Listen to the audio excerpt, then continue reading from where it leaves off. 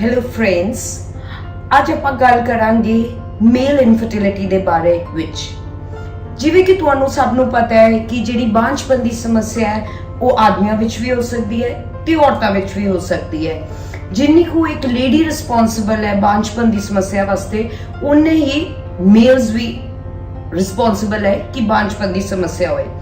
ਤੇ ਅਸੀਂ ਹਮੇਸ਼ਾ ਟੈਸਟ ਕਹਿੰਦੇ ਆ, ਪੇਸ਼ੈਂਟ ਨੂੰ ਐਡਵਾਈਸ ਕਰਦੇ ਆ ਕਿ ਦੋਨੋਂ ਹਸਬੈਂਡ ਵਾਈਫ ਦੇ ਟੈਸਟ ਕੀਤੇ ਜਾਣ, ਕਿਉਂਕਿ ਬਹੁਤ ਵਾਰ ਹੁੰਦਾ ਹੈ ਕਿ ਲੇਡੀ ਆਪਣੇ ਟੈਸਟ ਕਰਾਈ ਜਾਂਦੀ ਹੈ, ਉਹ ਨੋਰਮਲ ਆਉਂਦੇ ਹੈ ਜਾਂ ਜਿਹਦੇ ਵਿੱਚ ਕੋਈ ਮਾੜਾ ਮੋਟਾ ਨੁਕਸ ਆਉਂਦਾ ਹੈ, ਪਰ ਆਦਮੀ ਜਿਹੜੇ ਆ ਉਹ ਕਦੇ ਟੈਸਟ ਨਹੀਂ ਕਰਾਉਂਦੇ। ਸੋ ਹਮੇਸ਼ਾ ਐਡਵਾਈਸ ਕੀਤਾ ਜਾਂਦਾ ਹੈ as a couple husband wife ਦੋਨਾਂ ਨੂੰ ਟੈਸਟ ਕਰਾਣੇ ਚਾਹੀਦੇ ਹੈ।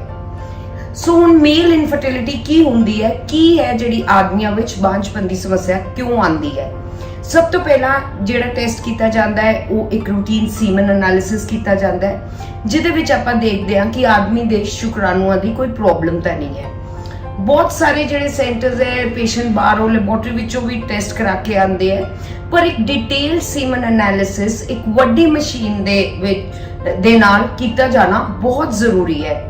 ਮਸ਼ੀਨ ਆਉਂਦੀ ਹੈ ਜਿਹਨੂੰ ਆਪਾਂ ਕਾਸਾ ਕਹਿੰਦੇ ਆ, ਜਿਹਦੇ ਵਿੱਚ ਇੱਕ ਸਪਰਮ ਕਿੰਨੇ ਹਜ਼ਾਰ ਗੁਣਾ ਟਾਈਮ ਮੈਗਨੀਫਾਈ ਹੋ ਜਾਂਦਾ ਹੈ ਤੇ ਸਾਨੂੰ ਸਾਰੀ ਡਿਟੇਲ ਪਤਾ ਲੱਗ ਜਾਂਦੀ ਹੈ ਕਿ ਉਹ ਸਪਰਮ ਬੱਚਾ ਬਣਾਉਣ ਦੇ ਕਾਬਿਲ ਹੈ ਕਿ ਨਹੀਂ। ਸੋ ਬਹੁਤ ਸਾਰੇ ਜਿਵੇਂ ਕਪਲਸ ਹੁੰਦੇ ਆ, ਉਹ ਕਹਿੰਦੇ ਜੀ ਅਸੀਂ ਟੈਸਟ ਕਰਾਏ, ਸਾਰੇ ਟੈਸਟ ਨਾਰਮਲ ਆ ਗਏ, ਪਰ ਕਦੇ ਨਹੀਂ ਉਹ ਰਿਅਲਾਈਜ਼ ਕਰਦੇ ਕਿ ਹਰ ਸ਼ੁਕਰਾਣੂ ਜਿਹੜਾ ਇੱਕ ਆਮ ਮਾਈਕਰੋਸਕੋਪ ਵਿੱਚ ਨਾਰਮਲ ਦਿਖਦਾ ਹੈ, ਉਹ ਬੱਚਾ ਬਣਾਉਣ ਦੇ ਕਾਬਿਲ ਹੈ ਕਿ ਨਹੀਂ, ਸਾਨੂੰ ਨਹੀਂ ਪਤਾ। ਸੋ ਜਦ ਆਪਾਂ ਸੀਮਨ ਐਨਾਲਿਸਿਸ ਕਰ ਲੈਂਦੇ ਆ, ਪੇਸ਼ੈਂਟਸ ਨੂੰ ਮਾਈਲ ਓਲੀਗੋਸਪਰਮੀਆ ਹੁੰਦਾ ਹੈ, ਉਹਨਾਂ ਦਾ ਕਾਊਂਟ ਮਾੜਾ ਮੋਟਾ ਜਿਹੜਾ ਘੱਟ ਹੁੰਦਾ ਹੈ। ਉਸ ਤੋਂ ਬਾਅਦ ਬਹੁਤ ਸਾਰੇ ਪੇਸ਼ੈਂਟਸ ਹੁੰਦੇ ਆ ਜਿਹੜਾ ਬਿਲਕੁਲ ਕਾਫੀ ਘੱਟ ਹੋ ਜਾਂਦਾ ਹੈ, ਜਿਵੇਂ ਕਿ 4 ਮਿਲੀਅਨ 10 ਮਿਲੀਅਨ 15 ਮਿਲੀਅਨ ਕਾਊਂਟ ਹੁੰਦਾ ਹੈ ਤੇ ਬੱਚੇ ਪੈਦਾ ਕਰਨ ਦੇ ਸ਼ੁਕਰਾਣੂ ਬਹੁਤ ਘੱਟ ਹੁੰਦੇ ਹੈ, ਜਾਂ ਕਈ ਵਾਰ ਬਿਲਕੁਲ ਕਾਊਂਟ ਨਾਰਮਲ ਵੀ ਹੁੰਦਾ ਹੈ, ਪਰ ਜਿਹੜੇ ਬੱਚੇ ਪੈਦਾ ਕਰਨ ਦੇ ਸ਼ੁਕਰਾਣੂ ਹੁੰਦੇ ਆ ਉਹ ਸਾਰੇ ਐਬਨੋਰਮਲ ਵੀ ਹੋ ਸਕਦੇ ਆ। ਤੇ ਬਹੁਤ ਸਾਰੇ ਪੇਸ਼ੈਂਟਸ ਹੈ ਜੋ ਕਿ ਨਿਲ ਸ਼ੁਕਰਾਣੂਆਂ ਵਾਲੇ ਹੈ, ਜਿਨ੍ਹਾਂ ਨੂੰ ਆਪਾਂ ਏਜ਼ੋਸਪਰਮੀਆ ਵੀ ਕਹਿੰਦੇ ਆ। ਸੋ ਸੀਮਨ ਐਨਾਲਿਸਿਸ ਕਰਨ ਤੋਂ ਬਾਅਦ ਸਾਨੂੰ ਇਹ ਦੇਖਣਾ ਪੈਂਦਾ ਹੈ ਕਿ ਇਹ ਜਿਹੜੀ ਪ੍ਰੋਬਲਮ ਹੈ ਉਹ ਕਿਉਂ ਆ ਰਹੀ ਹੈ। ਉਹਦੇ ਵਾਸਤੇ ਇੱਕ ਮੇਲ ਦੇ ਡਿਟੇਲਡ ਹਾਰਮੋਨ ਐਸੈਸ ਜ਼ਰੂਰ ਕਰਨੇ ਪੈਂਦੇ ਹੈ। ਕਈ ਵਾਰ ਟੈਸਟੀਕੂਲਰ ਸਕੈਨ ਹੁੰਦਾ ਹੈ, ਸਕੈਨਿੰਗ ਕੀਤੀ ਜਾਂਦੀ ਹੈ, ਦੇਖਿਆ ਜਾਂਦਾ ਹੈ ਕਿ ਹੋਰ ਕੋਈ ਪ੍ਰੋਬਲਮ ਹੈ ਕਿ ਨਹੀਂ ਹੈ, ਕਿ ਯਾਨੀ ਕਿ ਆਪਾਂ ਸਭ ਤੋਂ ਪਹਿਲਾਂ ਕਾਰਨ ਲੱਭਦੇ ਹਾਂ ਕਿ ਜਿਹੜੀ ਇਹ ਪ੍ਰੋਬਲਮ ਹੈ ਉਹ ਕਿਉਂ ਹੋ ਰਹੀ ਹੈ।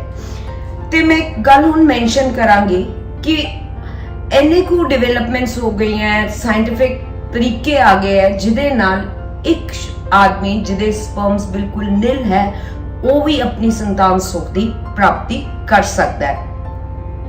ਸੋ ਜਿਨ੍ਹਾਂ ਦੇ ਸਪਰਮਸ ਜਿਹੜੇ ਹੈ, ਜਿਨ੍ਹਾਂ ਨੂੰ ਬਿਲਕੁਲ ਮਿਨੀਮਲ ਓਲੀਗੋਸਪਰਮੀਆ ਹੈ ਜਾਂ ਉਹਨਾਂ ਨੂੰ ਬਿਲਕੁਲ ਕਾਊਂਟ ਮਿਨੀਮਲੀ ਘੱਟ ਹੈ, ਉਹਨਾਂ ਨੂੰ ਆਪਾਂ ਦੇਖਦੇ ਹਾਂ ਕਿ ਕਿਉਂ ਘੱਟ ਹੈ। ਫਿਰ ਉਹਨਾਂ ਨੂੰ ਸਿੰਪਲ ਪ੍ਰੋਸੀਜਰਸ ਜਿਵੇਂ ਕਿ IUI ਦੇ ਨਾਲ ਵੀ ਪ੍ਰੈਗਨੈਂਸੀ ਹੋ ਸਕਦੀ ਹੈ, ਜਾਂ ਫਿਰ ਦਵਾਈਆਂ ਦਿੱਤੀਆਂ ਜਾਂਦੀਆਂ ਜਿਹਦੇ ਨਾਲ ਜਿਹੜੇ ਹੈ ਸ਼ੁਕਰਾਣੂਆਂ ਦੀ ਸਮੱਸਿਆ ਠੀਕ ਹੋ ਸਕੇ। ਬਟ ਜੇ ਬਹੁਤ ਘੱਟ ਕਾਊਂਟ ਹੈ, ਜਿਵੇਂ ਕਿ 2 ਮਿਲੀਅਨ ਕਾਊਂਟ ਹੈ ਜਾਂ ਬਿਲਕੁਲ ਨਿਲ ਸਪਰਮਸ ਹੈ, ਬਹੁਤ ਸਾਰੇ ਪੇਸ਼ੈਂਟਸ ਦੇਖੇ ਕਿ ਜਿਹੜੇ ਕਿ 2 ਮਿਲੀਅਨ ਦੇ ਵਿੱਚ ਵੀ ਟੈਸਟ ਟਿਊਬ ਵੀ ਕਰਾਉਂਦੇ ਐ, ਫੇਲ ਹੋ ਜਾਂਦਾ ਹੈ। ਇਹੋ ਜਿਹੇ ਕੇਸਿਸ ਵਿੱਚ ਹਮੇਸ਼ਾ ਰਿਕਮੈਂਡ ਕੀਤਾ ਜਾਂਦਾ ਹੈ ਪਹਿਲੇ ਤਾਂ ਟੈਸਟ ਕਰਕੇ ਦੇਖੋ ਕਿ ਕਿੰਨੇ ਸ਼ੁਕਰਾਣੂ ਠੀਕ ਹੈ, ਤੇ ICSI ਪ੍ਰੋਸੀਜਰ ਹੁੰਦਾ ਹੈ ਜਿਹਦੇ ਨਾਲ ਆਪਾਂ ਇੱਕ ਐਗ ਤੇ ਇੱਕ ਸਪਰਮ ਦਾ ਮਿਲਨ ਮਾਈਕਰੋਸਕੋਪ ਦੇ ਅੰਡਰ ਕਰਦੇ ਆ ਤੇ ਲੇਡੀ ਵਿੱਚ ਭਰੂਣ ਤਿਆਰ ਕਰਕੇ ਉਹ ਭਰੂਣ ਬੱਚੇਦਾਨੀ ਵਿੱਚ ਰੱਖਿਆ ਜਾਂਦਾ ਹੈ।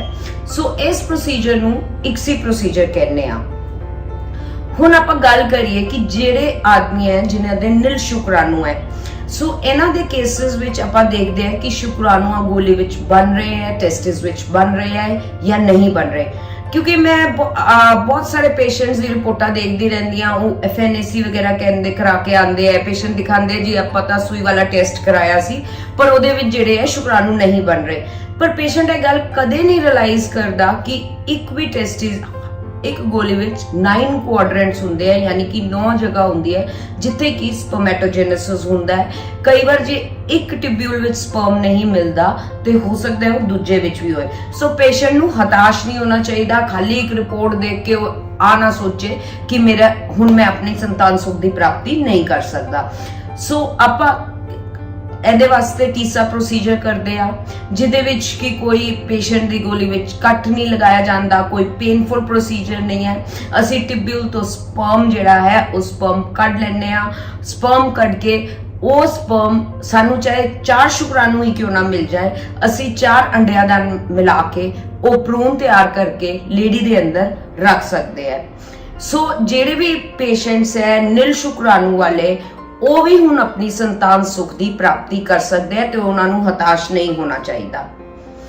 ਬਹੁਤ ਸਾਰੇ ਪੇਸ਼ੈਂਟਸ ਹੈ ਜਿਹੜੇ ਕਿ ਪਹਿਲੇ ਉਹ ਡਰਦੇ ਹੈ ਕਿ ਆਪਾਂ ਇਕਸੀ ਪ੍ਰੋਸੀਜਰ ਜਾਂ ਟੀਸਾ ਪ੍ਰੋਸੀਜਰ ਜਾਂ ਜਿਹੜਾ ਵੀ ਕੋਈ ਪ੍ਰੋਸੀਜਰ ਹੈ ਕਿਉਂ ਕਰਾਈਏ।